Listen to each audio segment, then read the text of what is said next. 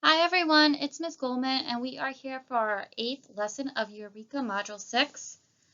It's crazy that we've gone through this many lessons already virtually.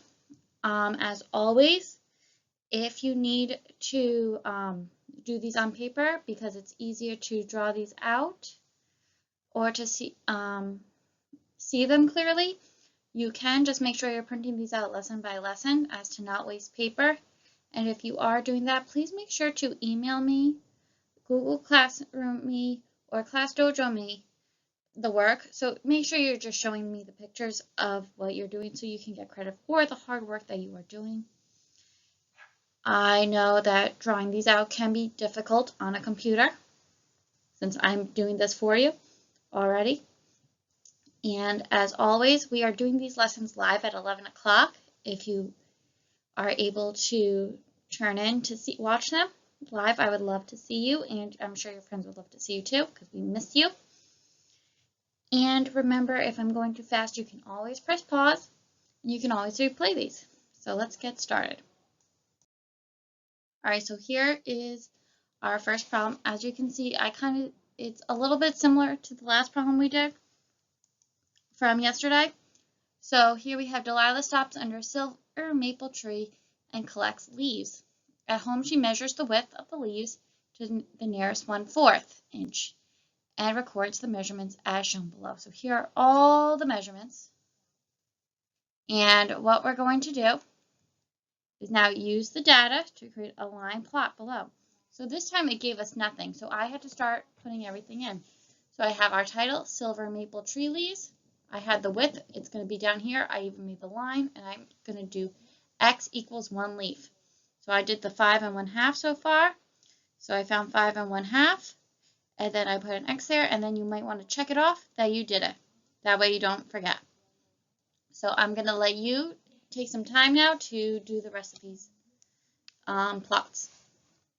And remember, 1x equals 1 leaf.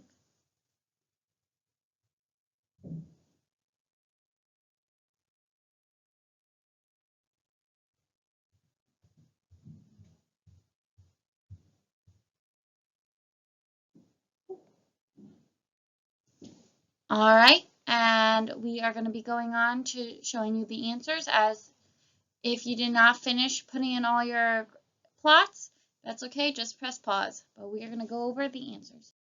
So now you can see I did the rest of the answers in red. I also, to make it less messy, I took off all my little check marks from earlier to make sure. But as you can see, I have 1, 2, 3, 4, 5 at 5 3/4. At 6, I have 1, 2, 3, 4, 5, 6, 7, 8.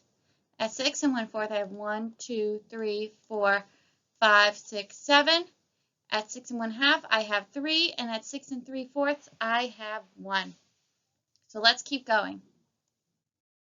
All right, so here again, you see I have brought this back to help us solve these.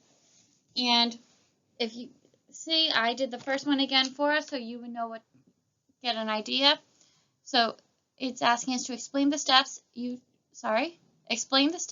took to create your line plot.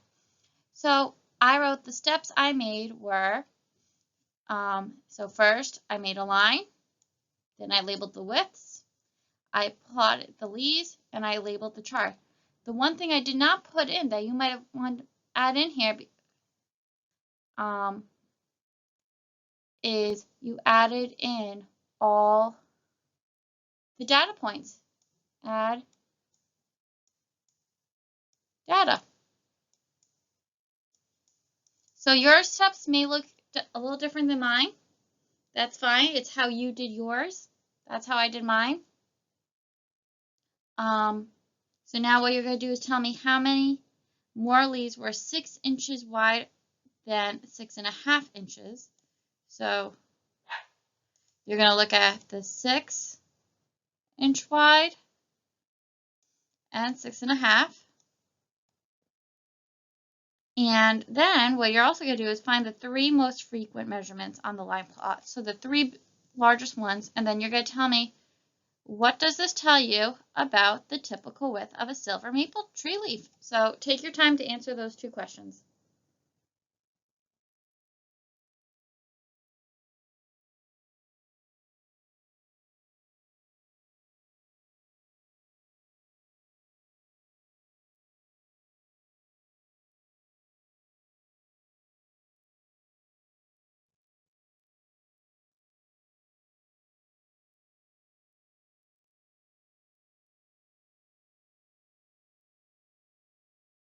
All right, and I'm going to go over the answers.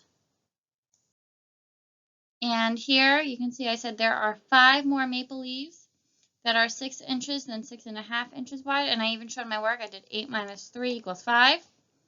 And then for down here, for this last one, for D, I said the 3 most frequent measurements on the line plot are 5 3/4, 6, and 6 1/4 inches. So this tells me that the typical width of a silver maple tree leaf is between 5 3/4 and 6 1/4 inches wide.